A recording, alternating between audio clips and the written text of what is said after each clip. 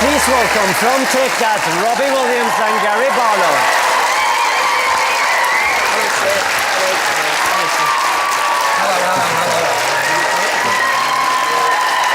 Hello, nice to meet you.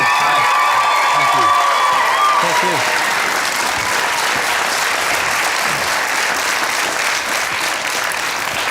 you. Welcome to Stockholm. Thank you. Good to be here. Thanks for having us.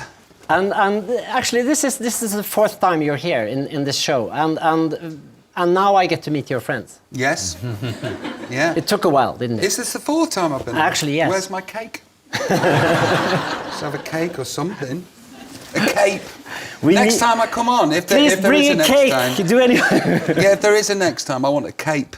It will Five be, performances on this show must. It will be a cape. I promise you, it will be a cape and a crown. Make sure. Okay. Yeah, cape and a crown. Yes, I am sure you will love it. Okay. Thank you. A Norwegian crown it will be. Okay. Okay. These are my friends, Lasse and Jon. Hello, Lasse and Jon. And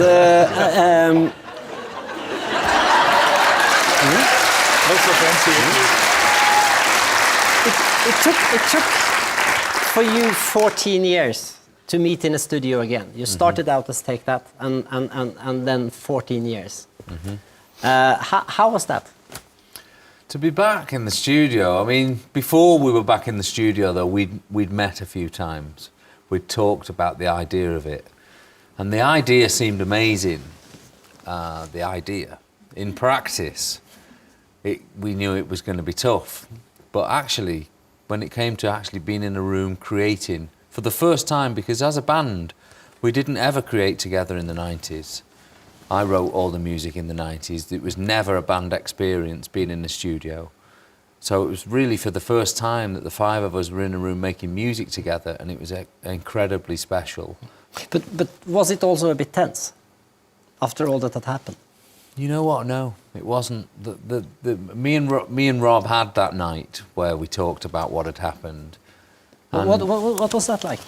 We were telling each other our side of the stories, our truths. We were telling, as one told their side, the other guy could sit opposite and go, yeah, sorry, and so on, you know, and it is so beautiful. I had the best night's sleep after that particular evening. Yeah.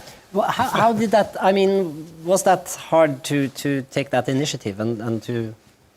Yeah, I was scared, to be honest with you, because the boys have been together as a four-piece for about 4 years. They'd all got to know each other and pretty much sorted out whatever differences they got to sort out. When I left Take That, I was the most vocal, you know. In the song Shame, I say, you know, I threw everybody under the bus. And Gary in particular, I was incredibly hard on. Sounds sexual. But that's the problem, Gaz. I've always loved you in a gay way. And it's... No, but I was scared because, you know, I'd said some pretty mean things about Gaz, and he'd had every right to kind of hate me. Fortunately, Gary's probably one of the most rounded men I've ever known in my life. Not fat. Not fat. Got it. But that is our part in the band. It is, yeah. And fortunately, we were both grown up and human enough to accept each other, accept each other's story and accept each other's apology.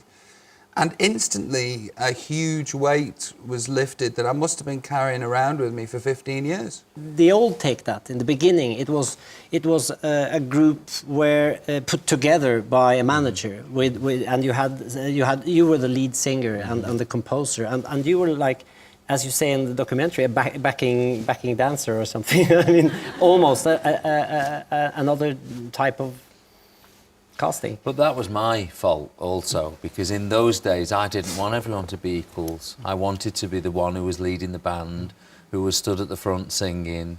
You know, here lies most of the problems of why it ended up like it did. Could you then recognize his talent? Could you see his talent?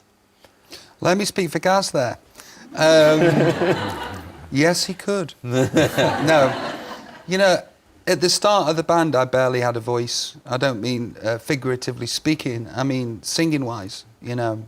I was finding my feet. You know, so to say, did he recognise my talent then? There wasn't much to recognise, to be honest. You know, sure, you know, I had to go on, could it be magic now? And everything changes. But I was still learning how to sing. So my ego and my hubris was far bigger than my talent. I didn't know that. But when you left, I mean, you left the band at an early stage, and you had a very instant success, a huge success. That's right. Yeah. How did you feel about that? You know what? It wasn't this. I wasn't happy for Rob. Let me put it that way. but it wasn't the success of Robbie that upset me so much. It put me out of a job. Yeah, I was unemployable at that point because the group dissolved after a short while. Well, I had a solo career also, very short one, and it left me unemployed really. And the bigger Robbie was becoming, the more unemployable I was. Sorry.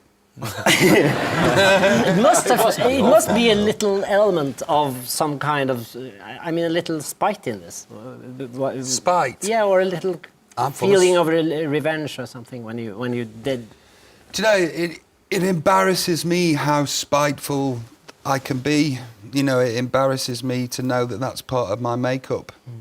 You know, and I can't make any excuses for that, really, other than, you know, the opposite end of the spectrum of why I was so vindictive towards Gary was I wanted the boys to love me because I loved them, you know, and there was many different variables to why, you know, I left the band and tried to crush Gaz, but, you know, the underlying bit is that I loved them. I wanted them to love me, but man, I can be spiteful and I can really, really hold a grudge.